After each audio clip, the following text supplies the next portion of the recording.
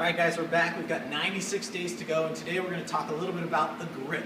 Okay, grip's one of the three pre-swing fundamentals, those being grip, aim, and setup, and it's probably one of the most important topics that we talk about because it's the only place we are attached to the golf club.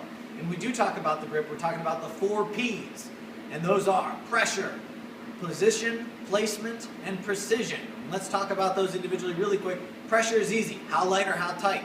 Some people say, you want to feel like you're holding a bird in your hands. My main concern for my students is to make sure they're controlling the golf club. If you're holding it a little bit too tight, sometimes you'll feel that tenseness in your arms and in your hands, and you're not going to release the club properly. If you're holding it too loose, you're going to see a lot of wear on your glove, particularly in the palm of the hand. I see a lot of people who get too high up in the golf swing and they start releasing the club in their palm, and it starts to wear out. That's where you want to pay attention to your pressure in your grip and make sure it's consistent. Placement on the golf club. That's how far up or down the shaft we're going. Sometimes people choke down just to get a little better control. I do it when I'm in between clubs. Instead of choosing between a 5 and a 6 iron, I go with that 5 iron, I choke down an inch, and that normally hits me somewhere in the right yardage. Precision. We all strive for consistency in our golf game, and precision means doing the same thing every time with our grip. So if we have a certain style of grip that we like to do, we want to do it every time so we have the best chance of repeating that golf swing. But we're going to zoom in a little bit and talk about the position of our hands on the golf club. And position has to do with being counterclockwise or clockwise on the grip, or what we like to call weak or strong.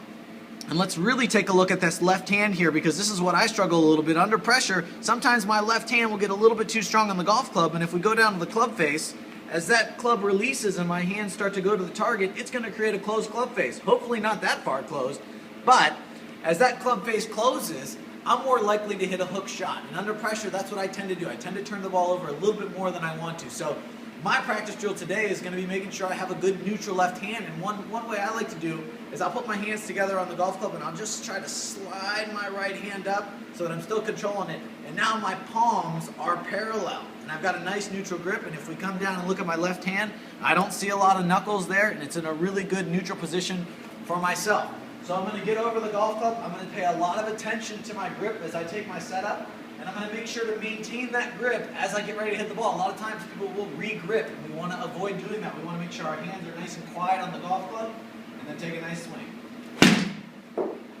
And I'll just keep doing that over and over again. I got 5 minutes. I'll probably get in a good 20, 30 swings, and that repetition is going to lead to muscle memory, which is going to take me out on the golf course hitting better shots. So we'll see you back tomorrow with some more tips.